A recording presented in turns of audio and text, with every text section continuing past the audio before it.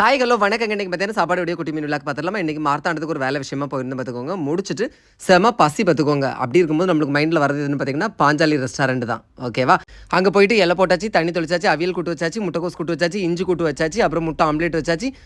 Panchali hotel போனாலே நான் ரொம்ப ரொம்ப விரும்பி சாப்பிட்றது வந்து அங்கே உள்ள துவையல் தான் பார்த்துக்கோங்க. அப்புறம் செங்கல்பட்டு அரசில் போகணும் சோறு வச்சுருந்தாங்க. கறி கொண்டு வரதுக்கு முன்னாடியே பார்த்தீங்கன்னா துவையல் அப்புறம் வந்து அவியல் கூட்டெல்லாம் போட்டு விரசி சாப்பிட்டாச்சு. செம்ம டேஸ்ட்டாக இருந்துச்சு. அப்புறம் பாருங்கள், மீன் உணவு பிரியர்களே, நீங்கள் எங்கே இருந்தாலுமே பாஞ்சாலி ஹோட்டலுக்கு படையெடுத்துருக்கங்க. உண்மையிலே அவ்வளோ வெரைட்டி வச்சுருப்பாங்க. நீங்கள் கேட்க மீன் எல்லாமே பொரிச்சுமே உங்களுக்கு என்ன செய்வாங்க, தருவாங்க கேட்குற மீன். நான் அதிலேருந்து கனவா பொரிச்சதை எடுத்துகிட்டேன். அப்புறம் வந்து கிழங்கு கூட்டு கொடுத்தாங்க, அதையும் எடுத்துக்கிட்டேன். அதெல்லாம் போட்டு விரசி எடுத்து சாப்பிட்டாச்சு. ஃபைனலாக வந்து நெத்தலி துவரம் கொண்டு வந்திருந்தாங்க. அதுவுமே சாப்பிட்டு பார்த்து சூப்பராக இருந்துச்சு பார்த்துக்கோங்க. அடுத்தது பப்படத்தை பிடிச்சி போட்டு அதுக்கு மேலே பாயசத்தை ஊற்றி அதையுமே டேஸ்ட் பார்த்தாச்சு பார்த்துக்கோங்க. அப்படியே நல்லா வலிச்சு நக்கியாச்சு. அப்புறம் பார்த்திங்கன்னா கொஞ்சோண்டு சோறு வாங்கி தயிர் ஊற்றின பார்த்துக்கிடுங்க.